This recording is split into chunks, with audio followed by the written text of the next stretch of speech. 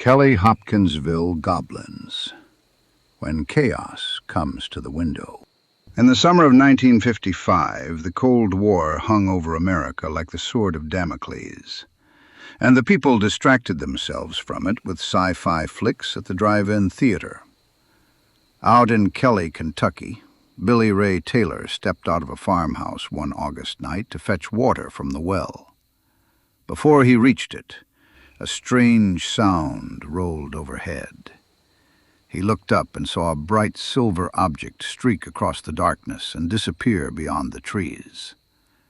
Billy Ray ran back inside and told the others what he'd seen. Most of the family laughed it off. A shooting star, too much excitement. Somebody cracked a joke, and the room moved on. But Billy Ray stayed rattled enough that Elmer Sutton finally agreed to step outside with him and have a look around. At first, the property seemed quiet.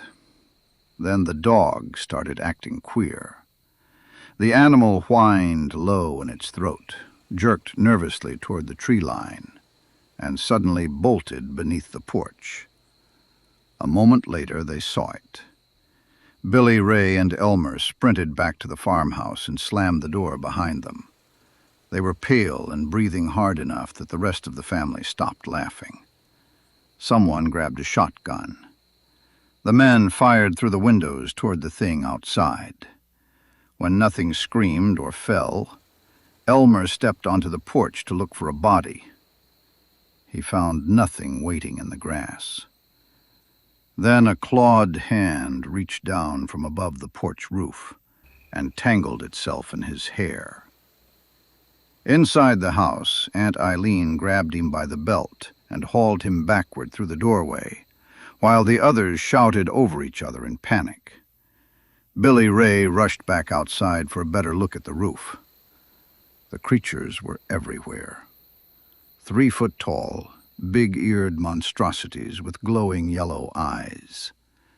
They crouched along the eaves and moved across the farmhouse with a strange floating gait. Again and again the men opened fire, and still the creatures held their ground.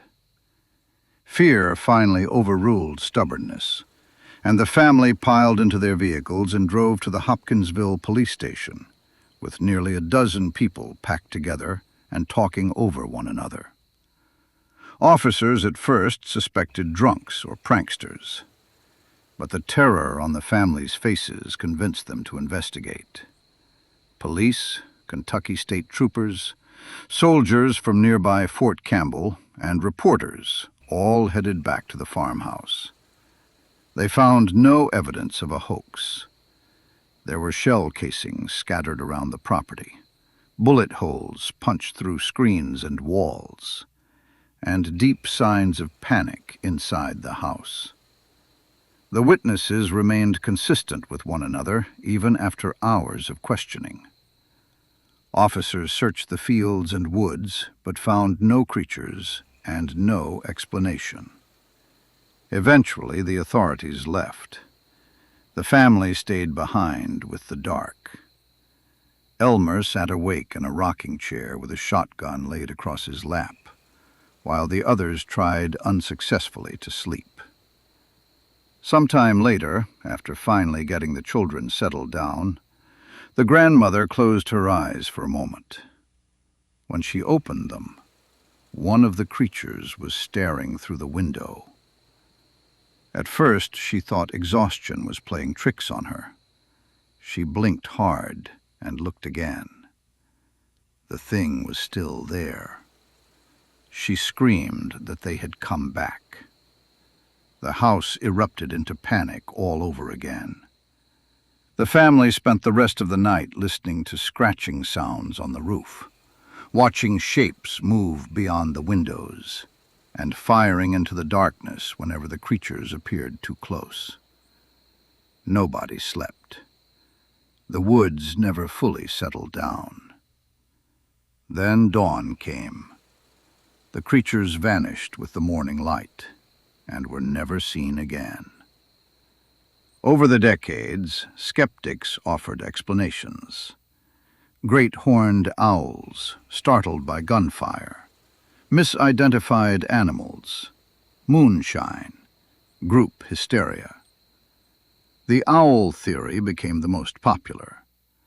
Some of the descriptions line up well enough: glowing eyes in reflected light, hooked claws, aggressive behavior around territory. But the explanation still leaves loose threads hanging behind it. Multiple witnesses described the same details independently. The encounter stretched on for hours. Police officers who arrived afterward noted the witnesses appeared frightened and sober. Nobody involved sounded like a cultist, a UFO prophet, or someone chasing attention.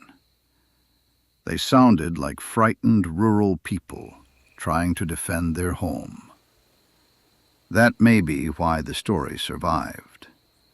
The farmhouse represented safety, family, and control over a small patch of land. Then something came out of the dark and lingered just beyond the walls all night long. Most people understand what it feels like to lose control of the perimeter around their lives. A sickness enters the family. A factory closes. A marriage starts coming apart.